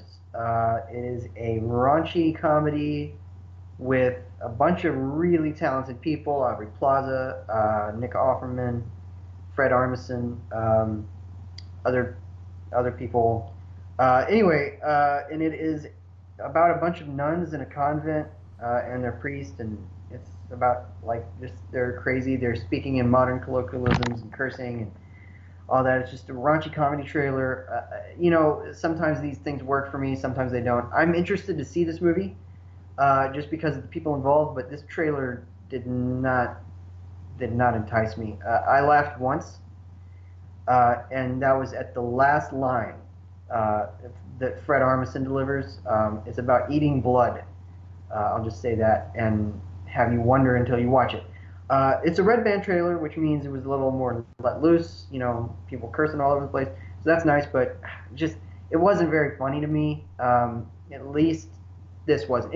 If the whole movie can be like that last line, and like Fred Armisen's delivery of that last line, then I'm down and it'll be good. I'm sure I'll see it, but right now, not a huge fan of what. I know that we disagree on that. Comedy is pretty much the most subjective thing ever. Like, if one person can laugh, another person might be just stony-faced. This, except for that last line, left me really just very, okay, sadly. But anyway, go ahead. I know that you like the trailer, so tell me why you're insane. Yeah, I mean, comedy is subjective. I think the whole... the whole emo scene in Spider-Man 3 is just absolutely hilarious, but then Joel thinks it's a masterpiece, but, so we do disagree there. Oh, no, I think it's hilarious. But, okay. So... For the right reason. Anytime when I can bring up Spider-Man 3 and throw it in Joel's face, I will always do it, but then he always does it back at me, so it's fun. So, as far as this trailer goes, I agree with you. When it was starting, I was like, I'm not really getting into it, but for some weird reason, I got into it, and the humor started to really kind of attach to me, and maybe because it was because of the actors and actresses, which I adore just like you do, so I don't know if it's because of that or what, but I enjoyed the trailer. I laughed quite a bit, and my favorite line, you like the last line, my favorite one was when they did that kind of quick zoom into Nick Offerman, and he's like, bring me his goddamn head or something like that. It was so funny. It reminded me of kind of the editing styling or the performance and timing of a Monty Python movie, and I don't know, I really enjoyed that. That's definitely what they're going for here, I feel. Yeah, exactly. The setting and the tone, yeah. I think which is fine if they deliver it. I'm totally down for it. And maybe this was one of those instances where it was just a a badly cut comedy trailer, because I will admit, as much as I like comedies, most trailers for comedies are terrible, and then when you see the movie, you're either surprised or the trailer was right. Case in point, the 21 Jump Street trailer was not very good, and I was like, this looks terrible, and then... Yeah, with 21 Jump Street, I was not looking forward to that. I remember actually going to Twitter and saying, this looks dumb, and then loved it. It was actually right outside my top 10 that year. I love that. Yeah, and, so... it's one of those things where like comedy trailers are hit and miss, because you want to be very careful with this. You want to show people what the movie's about and give them a taste of the raunchy or dry humor, whatever type of humor you're delivering, but you also don't want to deliver the best jokes. So that's what's kind of iffy with comedy trailers. I get it; it's really hard to cut together, but I really enjoyed it. And listen, I'm not really a huge fan of like when they take like medieval times or like all these like past times and like apply like raunchy humor and modern humor to it. It usually doesn't work for me. Like I really did not like Your Highness at all, and I love Danny McBride and Ben Best, and I love like him and like what they do in like whether it be Danny and Jody Hill on Vice Principals or him and Ben Best and do these smaller comedy films. But Your Highness was just terrible. I do not like that stuff. But for the little hours, I don't know if it's because of nuns, and nuns are inherently funny already, but I really enjoyed the humor as it went on. Now, at first, a little rough, but I think once the Nick Offerman joke hit, that's when I started to get into it, just because it was... I love that just camera technique, and that delivery from him. It was perfect. But, yeah, it could be like a little throwaway comedy that Joel and I will probably see together, and it will be very awkward, because Joel and I have not experienced I don't think we've experienced a hard R movie together yet, which we will, because it's going to happen. But we have not experienced a hard R movie yet, and it will be very awkward. And we'll be looking at each other and also looking around to see like who's actually really enjoying this and who's cowering away in their seats. So it'll be a lot of fun. So that's it for the trailers, guys. Kind of spread out trailers in terms of indie films and big blockbusters. A lot of fun. Speaking of big blockbusters that are probably not going to crack the top 5 because it's this movie. The Circle. I did not see it because I do not have enough money, and I've been hearing very bad things about it to where I don't want to spend $14 that I do not have on a movie that I'm only lukewarm about. So Joel's going to take over this one, and I'm going to let Joel speak. I'm not going to interrupt him, but I will say, or I will ask this. Joel, a lot of people are really kind of cowering away from the plot. Now, from what I gathered, is this movie about Tom Hanks drawing a circle on a piece of construction paper while Emma Watson is behind him kind of in awe that Tom Hanks is drawing a circle on construction paper, as we as an audience would probably go see Tom Hanks draw a circle on construction paper because that sounds pretty awesome versus what this movie was. Am I kind of in the ballpark? You are. And okay, cool. What they're hiding is that it's actually Emma Watson in character as Hermione Granger trying to outfit Tom Hanks in character as Forrest Gump. I'm just kidding. Okay. See, that's where I was kind of off. I was like, is he doing the Forrest Gump thing? That's okay. Now that we got clarification, Joel can take over. Joel, can you tell us what this movie's about? And we have the best listeners in the world, and they listen to us to get the opinions of these films that we review. And I want you to take a deep breath, because you're probably going to rage out a bit, and I want you to either tell them, is it worth it, or should they stay away from it like the bubonic plague? It might be competent for a rental down the line. It's not very good, though. All right, so the Circle is from director James Ponsoldt, who directed The End of the Tour and Spectacular Now. This is an adaptation of the Dave Eggers novel, and he actually co-wrote the screenplay with Dave Eggers. And it stars Emma Watson as May, who is a young woman who is working a dead-end job, and she leaves that job like an office job. She leaves that job for basically, this is kind of one of the at its core, one of the funnier things in the movie. She leaves this job to basically do the same thing at just a more prestigious company. And that company is The Circle, which creates basically surveillance equipment under the guise of social media inventions. And the head of that company is played by Tom Hanks in an interesting little against type role. And I was excited on the basis of Pawn Stoltz's involvement. It also has a really interesting cast. I'm going to get into that. So I was excited for it. It's a disappointment. So let's dig into this. So, kind of the major problem with this movie is that it's making a point that we already know. We've already been aware of the fact that there's a bad side to social media for a while. Those of us who didn't learn it with a social network have learned it with the actual social network of Facebook. It can be used for a lot of really unsavory things. And in the professional world, I mean, you even have instances of stuff like, bosses kind of using it as a judge of character to hire you or to fire you. That happens a lot. And so really all the points that this movie is making, they're obvious. It's not a very subtle movie. It doesn't really need to be a subtle movie, but some nuance would have been nice. And it's kind of frustrating because it gets off to a really good start. When it's setting up these characters, it's setting up these characters in a way that it betrays eventually. So May is a very, kind of a headstrong young woman. Emma Watson's, pretty good.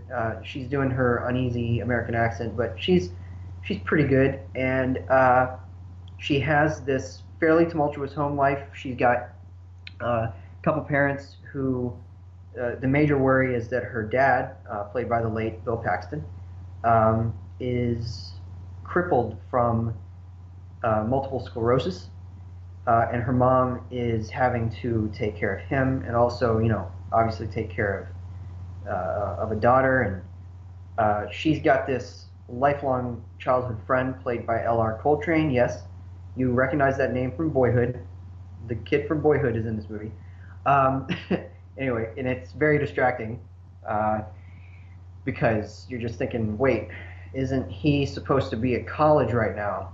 But anyway, so she's got this childhood friend named played by L.R. Coltrane. Then she gets involved with this company, and kind of her personal life bleeds over into her professional life, because this company, a big part of it is that they have to keep track of every one of your moves, and that's part of their innovation. They've created this little camera that can see everywhere.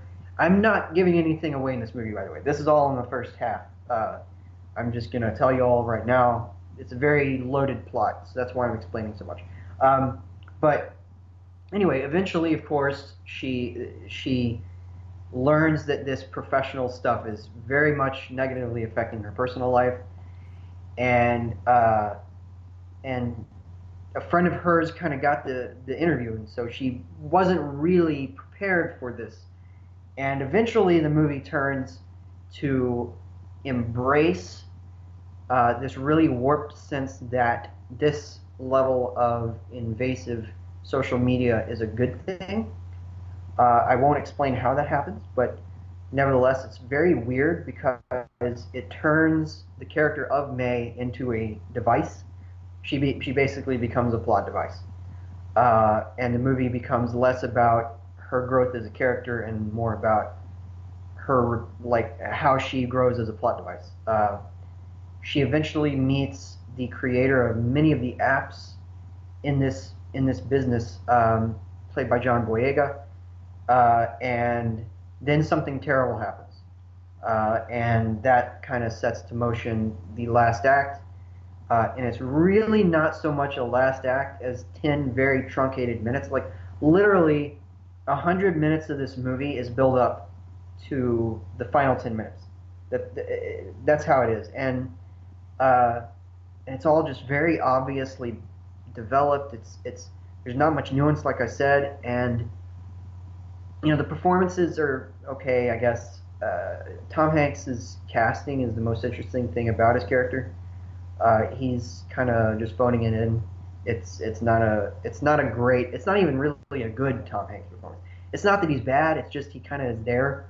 Again, he's sort of like May. He's a plot device, and he's sort of kind of the villain of the piece in a certain way. If you look at it in a certain way, if you look at it in another way, really no hero exists in the story. But nevertheless, it's very disappointing. Now, I've had to duck around a lot of plot development in this movie, but I will say that I think that the new big thing to be targeted by think piece articles is going to be the last shot of this movie. I'm not going to give away what it is. I'm going to just say that it involves a smile. Just a smile. Literally just a facial expression. And it completely reverses the entire attitude of the movie toward what it's trying to say. And it's incredibly irresponsible. Well, not irresponsible. It sort of borders on irresponsible, though. Completely nonsensical, especially for the character who is smiling. It doesn't make any sense. And I can't wait for all the endless articles. I'm telling you, they're coming. Once people actually see this movie, once the movie kind of catches fire as this thing that has a completely nonsensical final shot, people are going to write about it. People are going to wonder what's going on there. Why does the story take that turn? And what's going on there? Those are the three questions. Two of them are the same thing. I understand that. But those are the three questions. Yeah, it's a disappointment, especially from Ponsel, because I felt like with Spectacular Now and Into the Tour, both of them almost made my top tens. I know that they made their years. He was dealing with things very honestly, in an emotional way. This was not so much. I felt like it, especially with that final shot, I think it reverses the attitude and it's dishonest, and it's just really otherwise also just kind of a very obvious movie. It's not making any sort of point that we haven't heard before with this stuff or experienced before with this stuff. We know the dangers of social media. We know that there is a downside to constant public activity. That there's barely a thin line anymore between private and public. This movie explores that, and it also explores a lot of other things. You get this idea that the Tom Hanks character wants these devices to act as God in a certain way. There is a very brief shot of an ad that is playing behind him while he's talking on a stage, Steve Jobs style. And we don't see the whole ad, but we see a little part of it. And the little part of it that we see has all-seeing. It's sort of a descriptor of the camera that he's talking about in this movie. So he's also just given a speech where he believes that knowing everything is kind of the ideal state of humanity. So, of course, all-knowing, right? Well, anybody who knows their biblical stuff will know the third item on that list. And I think that that's a very interesting idea that the movie doesn't at all explore. This idea that he's kind of wanting it to be this God's eye. And that's very, very intimately tied into the movie. But it just doesn't explore any of this stuff. It looks great, I don't know who shot it. I didn't look that up, but I think it's his usual cinematographer. And it looks great. It's a very sleek-looking movie, but I'm a storytelling guy. Style can only get you so far before the story has to be, taken into account. And here, it's just not graceful. It's not graceful storytelling, and it's disappointing. So, all in all, it's just kind of not very good. And I'm going to be giving The Circle a C-. I kind of played with a D+, but I think that there's a gap between those two grades. What are grades really in the end? But nevertheless, I think that there's a gap between those two grades. At least how I consider them. For me, I don't do bottom tens anymore, like bottom tens of the year. But D plus would be a contender for that. I don't think that this would be a contender for a list if I were to be making it. It's maybe not the disaster that people are thinking, but it really isn't very good. And so yeah, my ultimate grade is a C minus. So does this entice you to see it even more?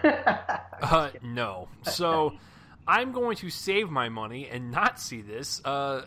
Just like what Joel said, if like Netflix picks up or like some other subscription service I'm on picks up, and I'm curious because the thing is, like, I love James Ponsoldt. Joel knows this. I love The Spectacular Now, and if you guys want to know a little history about Joel and I, the End of the Tour was the first movie we ever met up at, and the first time we ever saw each other face to face, and we had a great date. It was very wonderful, and now we're married. Yeah, no, End of the Tour was really great too. I loved Jason Segel's performance to where I would have argued that he should have been nominated for supporting actor that year, but that's neither here nor there. He's a great director. What it sounds like to me is that this movie is bland, it's forgettable, it doesn't make any poignant points on anything about technology or social media that we already don't know. So it just sounds like it was just kind of like a movie that, you know, sticks unfortunately picked up, pumped out of their rectum, and they just expect people to see it because it has a star-studded cast, which is why I wanted to see it, that and the director, but it just sounds like to me that it's just a waste of time. I'd rather just catch up on older films like a Jonathan Demme and whatnot, to where I have no desire to see this. And I know that you guys were looking forward to me probably rant on the circle or whatever, but I just told Joel that, listen, I gotta eat. I have to have money for gas in my car. And if I honestly am kind of 50-50 on a movie and it's really getting negative kind of reviews and whatnot, I honestly don't want to see it. But I'm glad that Joel saw it and took a bullet for us. So speaking of the dangers of social media, we already know this. We're not idiots. I mean, hell, if you want to follow us on Twitter and all that stuff, all that will be in the description below. But you know, it's just, yeah, it just seemed like a very like lifetimey movie from the trailers. I never once got like invested in the story. Like I said, I purely wanted to see this because of the talent involved, but it sounds like even that does not save it. So that's fucking awesome. It almost sounds like a movie that you want to blow your brains out with. Speaking of guns, the next movie, that was a great segue, by the way. That was top 5 material for the end of the year for Joel, so write those down. So, Free Fire, the second film of today's show. Joel and I saw this, what seems like before we were born. No, we saw it, I think, well, honestly, what was it, like 2 or 3 weeks ago? Joel? It was 2 weeks ago. 2 weeks ago? Okay, so, yeah, we saw Free Fire 2 weeks ago. Joel and I knew what we were getting ourselves into. It's going to be a simple shootout of a bunch of people just shooting themselves in a warehouse somewhere. And when we walked out of the movie, Joel and I like to turn to the ever so lovely Carrie Darling, which had been on the show numerous times before, and he is a part of the top tier critics in Dallas. He writes for the Star Telegram here in Fort Worth, if you guys know where that's at. And so we like to turn to him and kind of grill him and ask what he thinks about it. So he's like, I didn't like it. And we're like, Carrie, are you okay? Did someone touch you funny during the movie? What's going on? So, you know, when we heard that, Joel and I were a little, we were a little heartbroken because Joel and I both really fucking love this movie, quite a bit actually. So, let's get real and break this down. Free Fire. Joel is going to tell the plot, and then we'll get into it because Joel is better at telling the plot than I am, and the plot is very simple. And even myself, who is grammatically challenged, I'm still going to fuck it up. So, Joel, what is this movie about? Okay, so this one is about a sort of an opposing group, two opposing groups of gun dealers who meet in a warehouse, seemingly in the 1970s, although it never really spells it out. And they are one's going to sell guns to the other one. It ends up that there's a lot of unforeseen circumstances and a shootout occurs. And the reason that I didn't give away more than that is because I'm going to get into it a little bit later on in my ranting rave of praise for this movie. So, but that's the general premise. There's actually a lot more going on underneath the surface here, but that's yeah, it's yeah. I mean, so that's essentially the plot. It's a very simple plot. It's directed by Ben Wheatley, who brought us the ever so gross High Rise with Tom Hiddleston. Tom Hiddleston was not the problem; the movie was the problem. And then, of course, it stars Armie Hammer, Charlotte Copley, did I say Armie Hammer? Brie Larson, Cillian Murphy, and a couple others that I will not mention because it's just fun to see them in there.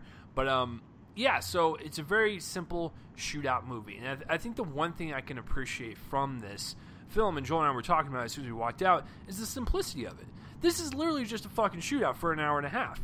But what is so amazing about it is the care, and whether it's shot very well or very excitingly, edited well. The acting is on point. The humor is there. It's got some really nice layers of kind of that dry kind of wit with the shooting, so it makes the violence even funnier than it is. Even when they're not shooting at each other and they're throwing rocks at each other, whatever, that's funnier than the actual gun violence. It's just a really fun time at the theaters to really kind of show you that you could take a simple idea like this and turn it into something entertaining.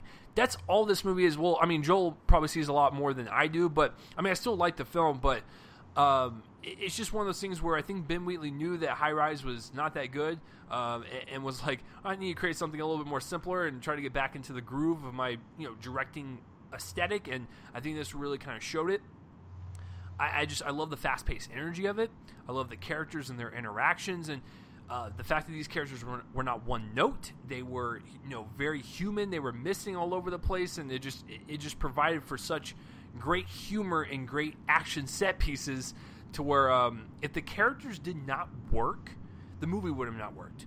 I think the group of people, all the actors and the actress, really kind of made the movie. If you would have casted anyone differently, the movie would have not worked. I think that they brought a lot of pizzazz and personality to it to really kind of make the movie kind of flow even faster than its hour and a half runtime. I think it's shot very well. Like what Joel and I were talking about, the camera is almost like a character of itself. It's very frenetic. It's got a lot of energy with its cinematography, and it goes with the editing and whatnot, to where it just provides for a really great experience. And the action set pieces are really well done. And I think for the most part, the humor is kind of sprinkled throughout to where it never kind of it dies in energy. It's always just so much fun to watch these people who act tough miss all the time, or try to shoot someone else's head and hit them in the shoulder or whatever. It's just it makes for some great content. So that's all it is. Basically, it's just a simple shootout, and I think Joel's right. I think it is set in the 70s because you're probably thinking to yourself, well, if this was going on, why isn't someone using their cell phone? Well, let's just say they're in a different decade for sure, because there's also another plot device that requires or has maybe a phone or something, to where it makes a lot of sense that it is set in a different decade, to where like what Joel said, everyone's not just pulling out their phones or whatnot. So yeah, I like it quite a bit. I honestly don't have any downfalls to it. It is what it is. It set out what it needed to do, and it delivered. So Joel, go ahead, man. Why? Well, Joel's actually got this in his top 10 of the year so far. I don't so far. I might change my mind as the days go, but I really enjoyed it for what it was. But Joel, what was the one thing about it that struck you about it as being really great? It's actually kind of my top one of the year. This is my favorite. So here's why. So Roger Ebert had this tendency in his review style to take various little tropes in movies and then kind of give them a funny little name and capitalize it. So he would occasionally have idiot plot, or what was the other one? There was another one, but the one that I love and the one that he reserved for a very particular kind of movie was called Bruised Forearm Movie, and that is he reserved this for stuff like Raiders of the Lost Ark, Speed, Lethal Weapon, that kind of thing, where it's this really exciting action thrill ride that also offers something else, a reason to care about the action thrill ride. And so how the bruised forearm comes about is that eventually you're so tense with, like, you're just so tense in the movie that you grab the next person's arm, whether they're a person you know or a stranger, and then at the end of the movie, your forearms are bruised and you're grinning. And that's what this movie is to me. I didn't actually grab your arm, but I could have. And, but it's just that kind of a movie. And here's the reason. So it is a very simple shootout, but there's a lot of elements here in the characters' interactions that are unexpected and a lot of fun to find out in a kind of twisted way. So there's a lot of unforeseen complications that lead to the shootout. There is an encounter between two of these people. We're not going to give away like characters or anything. I'm not going to do that. But there was a confrontation between two of the people the night before. There's a guy who's kind of ragingly sexist, who has a lot of anger issues and is kind of a psychopath. And he's a loose cannon in this group. There's a lot of loose cannons, but he's the loosest. There's a guy who clearly has weapons training, and he's basically the only one here. There's two, let's just say, two people that they don't expect to show up in this movie. Maybe not show up, but you know what I mean. You know what I'm talking about here. And it's just all these different elements. It gives you a reason to care about the outcome beyond the fact that it's just this fun shootout with a lot of really good character actors doing a lot of stuff. That would have been fun. For me, I think it rises above merely fun. I think that we're given a reason to care despite the fact that this is such a confined space. We don't learn a lot about the characters, but we learn just enough to get some sense of them.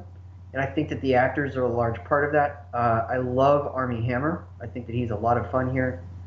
He's kind of the devil-may-care one of the group. And he doesn't seem to be fazed by a lot. Charlton Copley is also a lot of fun in a role that he could have played as a caricature, and he doesn't. There's a lot of really interesting character moments that he expresses with his face. I think that's one of his strengths as an actor. That's certainly what made District 9 work so well.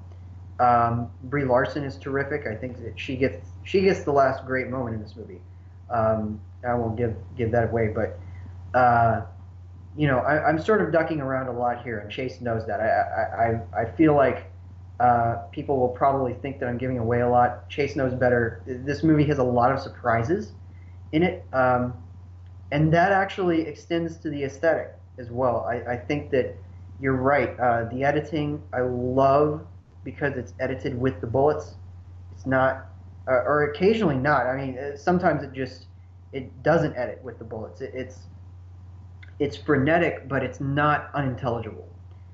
This is not camera work or editing that's, say, like a Bourne movie. It's very much its own kind of thing. The cinematography does a similar thing. I think that it's sometimes very grungy and gritty, but it also does this interesting thing on occasion where it kind of swoops in and out of the terrain with the characters, and I think that was really elegant. The cinematographer is a woman named Lori Rose. We need to get her shooting just basically every confined space movie from now on. That would be great. Plus, more women cinematographers. That's awesome. So, anyways, just all these elements come together, and it just created this sort of magic.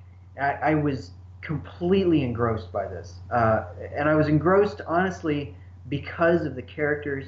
Because it's not a movie about characters, quote unquote. It's a movie very much about the situation, but it doesn't ignore the characters, and that's a really important thing in a movie like this. That's a trait that's shared by Raiders of the Lost Ark, Lethal Weapon, Speed. Those movies that Ebert loved. And I think this is sort of on that level. I think that it's exciting. The sound design, I forgot to mention that the sound design is amazing. Some of the best sound work I've heard in a while. It's probably gonna win my little personal award that I give out, or not give out, but list on Facebook. And it's just such a fun movie, but there is something a little extra there. I think that it's not on your part, but there's been a lot of people who've said this. I think it's a mistake to just call this it's just a shootout. It's repetitive, and all that. I think that part of the point is that it's repetitive. That's in the plot. That's imbued in the structure. Is that this is a shootout that none of these people want to be in, and they're all kind of just going through the motions of this gun deal for very petty reasons on some of their parts, and it's just fun to see all of these different personalities clash and see the fallout of that. And so that's my thoughts, and that's why I felt like it deserved this this greatness kind of label. It doesn't seem on paper to be a movie that would be attributed to that, but I think it is because of the treatment. And so that's my thoughts. Yeah, well, it's one of those things where, like, if people say it's a shootout movie, that's totally fine. But what makes it great is the care that you have with whether it be the camera work, the editing, the sound design, the characters and the acting and whatnot. Like I said, if all that kind of fell apart, it does kind of just come across as just a simple shootout movie. But it kind of just has like this extra flair to it. And it also appears to be realistic, like a realistic shootout. It's not like a Hollywood shootout to where, like, we got Neo from The Matrix coming and busting up some bitches and, like, just leaving, and it's like a 2-minute scene. No, this is like something to where, like, if this were to happen, I can see it going down this way, to where, like, you have, like, these tough, like, gangsters who are put in this, like, situation, and they suck. They're human. So, like, they're shooting, they're missing all over the place, and it takes them forever to kill someone. Like, it's a simple premise that's elevated to a point to where it seems realistic, but also has, like, this stylish flair that keeps it energetic and entertaining throughout. Like you said, there's a lot of nice little surprises to where I didn't even expect it. I was like, because I just from the trailers, you see what you get, but then there's also some little nuggets thrown in there, and Ben Wheatley tries to keep you on your toes, so to speak, and make sure you're not bored. And I think it's it's at the perfect time length. It's the perfect story structure from beginning to end. There's nothing really more about it, but like you said, enough to really kind of like know the characters enough to where like you can distinctively tell their personalities and who they are, and like really kind of get invested in like their actions and like just what they're doing and whatnot. So there's a lot to it for this type of movie, to where I will give Free Fire a B+. I like it quite a bit.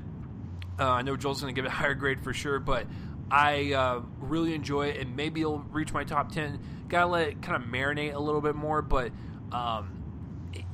the reason why we really want to kind of put this movie out there is that this movie only made $1 million opening weekend last weekend. It was kind of disappointing, to say the least, that Unforgettable beat that movie, but whatever. So if Free Fire is playing in your area, you just want to kind of go see something different. It's I think you'll enjoy it. So and if you like all these actors, trust me, you'll like them even more. And maybe that's what should gravitate you towards the theater. Is if you like these actors and you're kind of iffy on the movie, go see the movie. I think you'll be highly entertained. So, Joel, just I guess, what is your grade, man? Because I know that you're gonna go a little higher than me. Yeah, I mean, I'm pretty much giving this a solid A. I think that it's worthy of that, again, through the treatment. I mean, it doesn't, there was a friend of mine who I told this to, and he was like, yeah, he knew the premise and he'd seen the trailer. He was like, but what about it is A worthy? And just like, it's the treatment of this kind of narrative. It's just so much fun, and I'm gonna give it like 700 more watches whenever it's on Blu-ray, which I'm definitely gonna buy. I mean, obviously, and just so good. So yeah, I'm going with a solid A. If this doesn't make my top 10 this year, then it's gonna be a good year, and we're almost halfway through it. So you gotta step it up 2017 if this doesn't make it. I mean, I feel like it will. So Joel, I have to ask you, like, it seems like, you know, throughout the past like hour of talking, I mean, would you say that Free Fire is better than The Circle? It sounded like you were kind of iffy a little bit. Would you say it's better? Well, you know, I've been thinking about it with The Circle. I think I'm going to switch to an A+. I think it's one of the best films ever made. So yeah, I'm totally forgiving. That'd be really funny if, like, as we were talking about Free Fire, like, in the back of Joel's mind, he was just kind of thinking about The Circle. He was like, man, I really kind of like that movie. That'd be really hilarious. So yeah, that's our review of Free Fire, guys. Go check it out if you want something different. It sounds like you can take The Circle and shove it in a garbage can somewhere, so that's always fun. So what about you guys? What did you guys think of The Circle and or Free Fire? Let us know in that comment place. Just rub all over my face and let me know. And that will do it for this week's episode, guys, of episode 180. Before we go, Joel and I would like to announce our upcoming schedule for the month of May. And we'll do this at the end of every single month to kind of give you guys a kind of a forecast of what's going on. So next week, May 7th is Guardians of the Galaxy Volume 2. Super excited for that. The next week, Joel's excited for King Arthur. I am not excited to review Snatched, and Joel will be seeing The Wall. May 21st will be the first kind of solo episode Joel will do, but he'll also have a guest if he is available. Graham from last week and Joel will be taking over the Alien Covenant podcast. If you want to see my individual thoughts on the movie, I will have a review for it because Joel and I will be seeing the movie early, but I will be out of town that weekend, so go to my YouTube page. You can see all that. And May 28th is Baywatch and Pirates of the Caribbean 5, so that will be a wet-filled episode because they both take place on the ocean. So, yeah, so that will be the upcoming episodes for May. We are getting closer, guys. This is our countdown from 20 episodes from this point on. We'll reach our 200th episode, and then shortly after that, I think 8 weeks from that point, we will hit the 4-year anniversary. So a lot of milestones coming up. It will be fantastic. So that will be the episode for this week for episode 180 and the upcoming episodes for May. And since we were doing the episode early, sorry, no box office, but I mean, come on. The Circle's not going to break the top 5. You know, Boss Baby, Beauty and the Beast, Going in Style, The Smurfs, and Fast and Furious are going to be in the fucking top 5 like they have been in the past 3 weeks, so this is nothing new, so that's probably what's going to happen. I will be fucking shocked if The Circle just goes in there and stomps out all the competition, beats everyone shitless, and just is number 1. It's not going to happen, but I'd be very surprised. I'm hearing that How to Be a Latin Lover, which was the other wide release this week that I had no interest in and I had no idea existed until last week, is actually overtaking it. So yeah, it's not going to do well. Yeah, it's going to go in the shitter. But yeah, hopefully you guys enjoy this episode. Just real quick before we head out, Joel, where can the people find you online? Well, we both write for Dallas Movie Screenings. This is, of course, the official podcast of DallasMovieScreenings.com. I write for that. And Chase does video reviews. And then I'm on my own website, which is joelonfilm.com. I review weekly there. Podcastingsoftly.com. I've been quiet there recently, but it's still a great website. And then I'm on Letterboxd. I'm using that less now, though. And that's J Copling at Letterboxd. I'm on Twitter, Copling_Joel. And yeah, I think that's it. So. Yeah, and you guys can follow me on Twitter at RealChaseLee. Subscribe to the YouTube channel. Like, subscribe, follow, share around on iTunes, SoundCloud, iHeartRadio, Spreaker. Like, we're all over the fucking place. And hey, listen, guys, if you made it through this entire podcast and you're not a movie fan, well, hopefully we convinced you to be one. That is Joel. I am Chase. We will see you guys next week for Guardians of the Galaxy Volume 2. I cannot wait to cream all over my microphone. It will be fantastic. Another Marvel movie. You guys know I'm excited, but I will go in with an open mind for sure. And set my fanboy bias aside, so it will be a lot of fun. We will see you guys next week for episode 181 of the Real Me and Colin, a movie podcast. The intro and outro music is done by my friends band Fervent Roze. Speaking of them, they're going to play us out right now. Peace out, everyone. Guardians of the Galaxy Volume 2, bitches. It's coming.